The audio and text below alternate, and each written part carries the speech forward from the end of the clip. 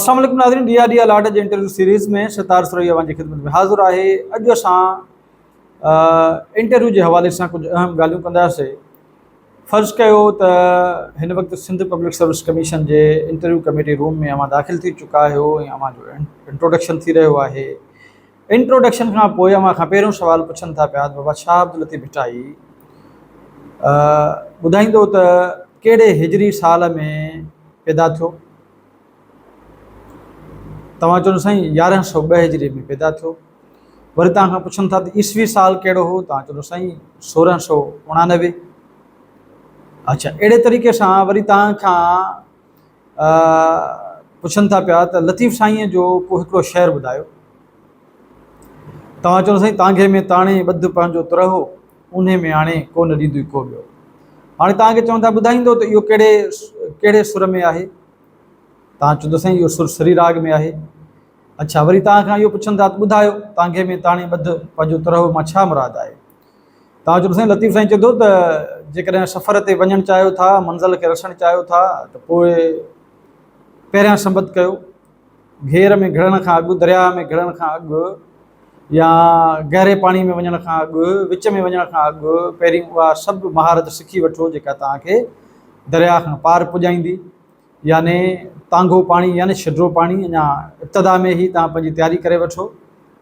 तव्हांखे में ताणे ॿध पंहिंजो तुरहो मां ॿधण मां मुराद आहे। पंहिंजी तयारी कयो, महारतूं सिखी वठो त जीअं तव्हांखे दिक़त न थिए, सफ़र करण में मंज़िल ताईं पहुचण में तव्हांखे ॾुखियाई न थिए या तव्हां फासी न पओ।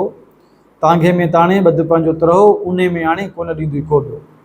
याने जॾहिं विच सीर में ॿुॾंदे त पोइ तव्हांखे केर बि पार न पुॼाए सघंदो, केर बि तव्हांजी मदद न कंदो, सिर्फ़ु तव्हांजो स्किल तव्हांजी मदद करे सघंदो। उनजे करे पंहिंजो स्किल तव्हां तयारु रखो।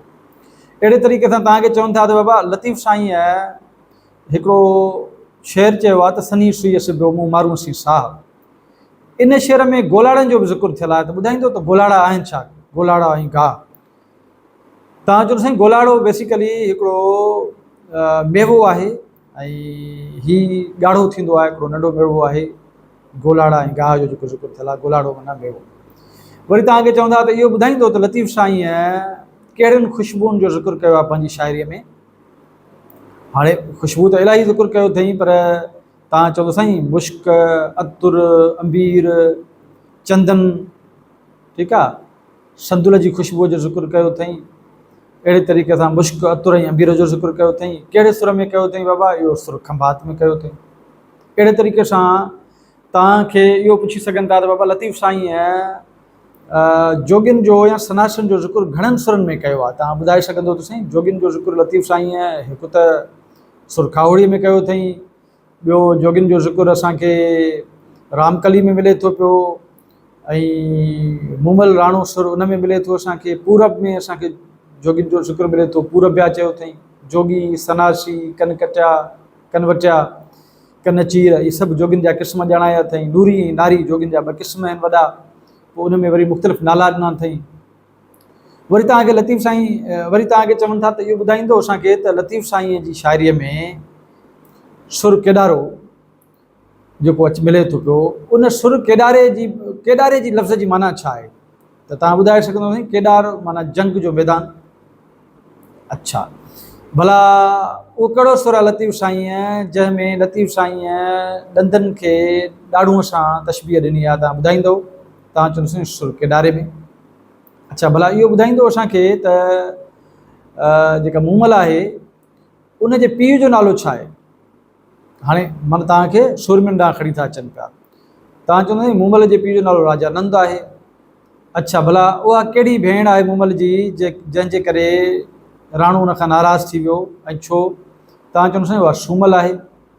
ऐं इन लाइ नाराज़ थी वियो जो हुन राणे जी जुदाईअ में पंहिंजी भेण सूमल खे राणे जो पटको पारायो, लठ ॾिनईंसि ऐं उन सां उनखे चई त हाणे तूं मूंसां सुम्ह। पोइ उहा जॾहिं राणो अचे थो पियो त मूमल ऐं सूमल खे हिकिड़े ई बेड ते ॾिसे थो पियो, हिकिड़े ई बिस्तरे ते ॾिसे थो पियो, ऐं हुनखे शक जाॻे थो मर्दाणो पटको लठ, त हू हिकिड़े वहम ऐं गुमान में पइजी वञे थो ऐं उते ई पंहिंजी हिकिड़ी लठ रखी निशानी तौरु वरी वापसि मोटे थो। यानी हुन में बदगुमानी पैदा थिए थी। हू इहो सम्झे थो त शायदि का ॿियो मर्द आहे जेको मूमल सां सुतो पियो आहे। त अहिड़े क़िस्म जी ॻाल्हि। वरी तव्हांखे चवंदा भला इहो ॿुधायो त नूरी जेका आहे कहिड़ा सबब आहिनि जो नूरीअ खे लतीफ़ साईं सुरमी करे पेश कयो आहे, ऐं कहिड़ा सबब आहिनि जो हिकिड़ो शमो नूरीअ जे मथां आशिक़ थिए थो, ॿुधायो। तव्हां चयो साईं नूरी बुनियादी तौर ते हिकिड़ी हसीन औरत आहे, नौजवान छोकिरी आहे माण्हुनि जी, ऐं उनजी ख़ूबी आहे त उहा हसीन हुजण सां गॾोगॾु मगरूर कतई बि कोन्हे, उहा सादी आहे, सादगी पसंदि आहे, ऐं लालची ऐं लोभण कोन्हे, इन जे करे जाम तमाचीअ खे उनजी अदा वणी थी वञे पई। अच्छा, वरी तव्हांखे पुछंदा त बाबा इहो जेको किंजर ॾंढ आहे इन ते नालो इहो कीअं पियो किंजर जो? तव्हां चवंदो साईं किंजर हिते हिकिड़ो मुहाणो रहंदो हो, उनजे करे किंजर ॾंढ ते उन मुहाणे जे निस्बत सां नालो पियो आहे। वरी तव्हां खां पुछंदा त भला उहो कहिड़ो सुर आहे जंहिंमें लतीफ़ साईं सुपर सखीअ जो ज़िक्र कयो आहे? तव्हां चवंदो साईं प्रभाती। वरी तव्हांखे लतीफ़ साईं जे हवाले सां पुछंदा त भला इहो ॿुधाईंदो त वगंद फ़क़ीर जो ज़िक्र लतीफ़ साईं कहिड़े सुर में कयो आहे? तव्हां चवंदो साईं सुर बिलावल में। वगंद फ़क़ीर सां बाक़ाइदे मज़ाक मस्ती कई अथई, माना तव्हां खां इहो पुछी सघनि था त लतीफ़ साईं जो उहो कहिड़ो सुर आहे जंहिंमें हुन मज़ाया शेर बि चया आहिनि, त तव्हां चवंदो साईं इहो सुर बिलावल आहे। अच्छा, लतीफ़ साईं खजीअ जो ज़िक्र बि पंहिंजी शाइरीअ में कयो आहे, ऐं खजीअ जो नालो खजीअ खे तमर चयो अथई, ऐं तव्हांखे ख़बर आहे त तमर फ़क़ीर लतीफ़ साईं जो फ़क़ीर बि आहे, ऐं तमर फ़क़ीर लतीफ़ साईं जे दरगाह ते राग जो संभालींदड़ रहियो आहे, ऐं अॼु ॾींहं ताईं उनजी फैमिली जा माण्हू लतीफ़ साईं जे राग खे संभालींदा रहिया आहिनि।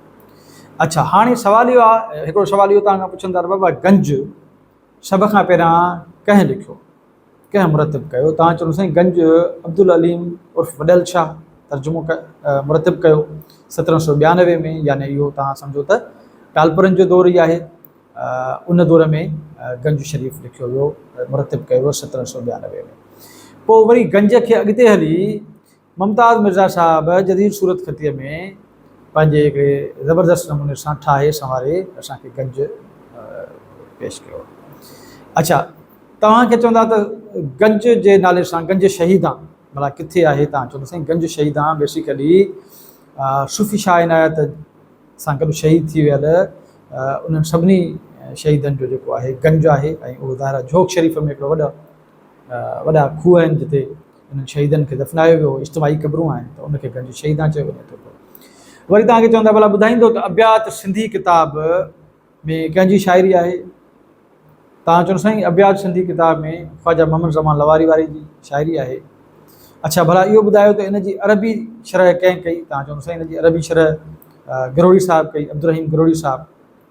अच्छा, वरी तव्हां खां पुछनि था त भला इन खे सिंधी तर्जुमो कंहिं ॾिनो? तव्हां चवंदो साईं डॉक्टर उमर बिन मोहम्मद दाऊद पुटे साहिबु हुनजो सिंधी में तर्जुमो कयो आहे।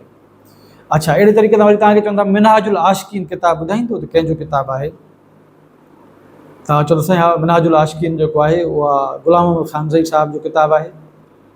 अच्छा, वरी तव्हांखे चवनि था त भला कुवतुल आशिकीन ॿुधाईंदो त कंहिंजो किताबु आहे? तव्हां चवंदो साईं गिरोड़ी साहिबु मोहम्मद हाशिम ठटवी साहिब जो किताबु आहे कुवतुल आशिकीन। तव्हांखे चवंदा भला इन कुवतुल आशिकीन में छा आहे? तव्हां चवंदो हुन में नबी साईं जे मोजज़नि जो ज़िक्र थियल आहे। अच्छा, भला ज़ादुल फ़क़ीर कंहिंजो किताबु आहे? तव्हां चवंदो साईं मोहम्मद हाशिम ठटवी साहिब जो। उन में छा आहे? उन में साईं नमाज़ उन में रोज़े जा मसाला सम्झाया विया आहिनि। अच्छा, ॿियो भला इहो ॿुधाईंदो असांखे तव्हां त जेको भावन अली शाह आहे सूफ़ी काफ़ीअ जो शाइर आहे, भावन अली शाह, इन जो कलाम कंहिं मुरतब कयो आहे? कलाम भावन अली शाह साकी जे नाले सां। तव्हां चवंदो साईं मोहम्मद शुमार शेख साहिबु। अच्छा, भला शुमार शेख साहिबु ॿियो कहिड़ी शाइरा जो कलाम मुरतब कयो? तव्हां चवंदो साईं बिरखा शेखनि जो। अच्छा, भला इहो ॿुधाईंदो त मोहम्मद शुमार शेख जो लतीफ़ियात जे हवाले सां कहिड़ो कमु थियल आहे? तव्हां चवंदो साईं शुमार शेख साहिबु लतीफ़ियात जे हवाले सां शाह लतीफ़ जा गुम थियल बेत गॾु कया आहिनि, ऐं इन लाइ हुनखे भारत जे मुख़्तलिफ़ इलाइक़नि में वञिणो पियो, ऐं उतां रवायतूं गॾु करे शेर गॾु करे खणी आयो, ऐं शाह जा गुम थियल बेत जे नाले सां ॿिनि भाङनि में किताबु आहे, हिकिड़े में सुरमारवी आहे ऐं ॿिए में 7 सुरनि जा बेत गुम थियल बेत आहिनि शाह जा गुम थियल बेत जे नाले सां। अहिड़े ई तरीक़े सां सवाल मां सवाल निकिरंदा वेंदा, ऐं लतीफ़ियात तमामु वॾो मौज़ू आहे। यादि रखो त लतीफ़ियात हिकु अहिड़ो मौज़ू आहे जंहिंजे मौज़ूअ जे डिस्कस खां सवाइ, सवाल खां सवाइ, इंटरव्यू में ॻाल्हाइण खां सवाइ शायदि इंटरव्यू मुकमिल न थिए। सो अवां लतीफ़ियात जे मौज़ूअ खे पढ़ी वञो, तमामु आसानु आहे। हर सुर खे कल्याण आडवाणी जो रिसालो खणो, उहो तव्हांखे आसानु ऐं सवलो सम्झ में ईंदो। हर सुर के जी जो इंट्रोडक्शन पढ़ो, तारुफ़ पढ़ो, ऐं हर सुर जे मां कुझु न कुझु मशहूरु ऐं मक़बूल शेर यादि रखो। ऐं अहिड़े तरीक़े सां उन्हनि सुरनि में कहाणियूं, लोक दास्तान जेके आहिनि, उन्हनि जी कुझु बुनियादी लवाज़मात आहिनि, बुनियादी ॻाल्हियूं आहिनि, उहे तव्हांखे ज़हननशीन करणियूं पवंदियूं। आसान आहे तमामु, बसि थोरो कंसिस्टेंसी सां ऐं मुस्तक़िल मिज़ाजी सां पढ़ण जी ज़रूरत आहे। सो उमेदु आहे त असांजी हीअ नंढड़ी कोशिशि बि अव्हां जे लाइ काराइती साबित थींदी। सो वरी कंहिं ॿिए मौज़ूअ सां हाज़िर थींदासीं। तेसीं ताईं मोकिलाणी नाहे जॾहिं पेर तिरनि खे।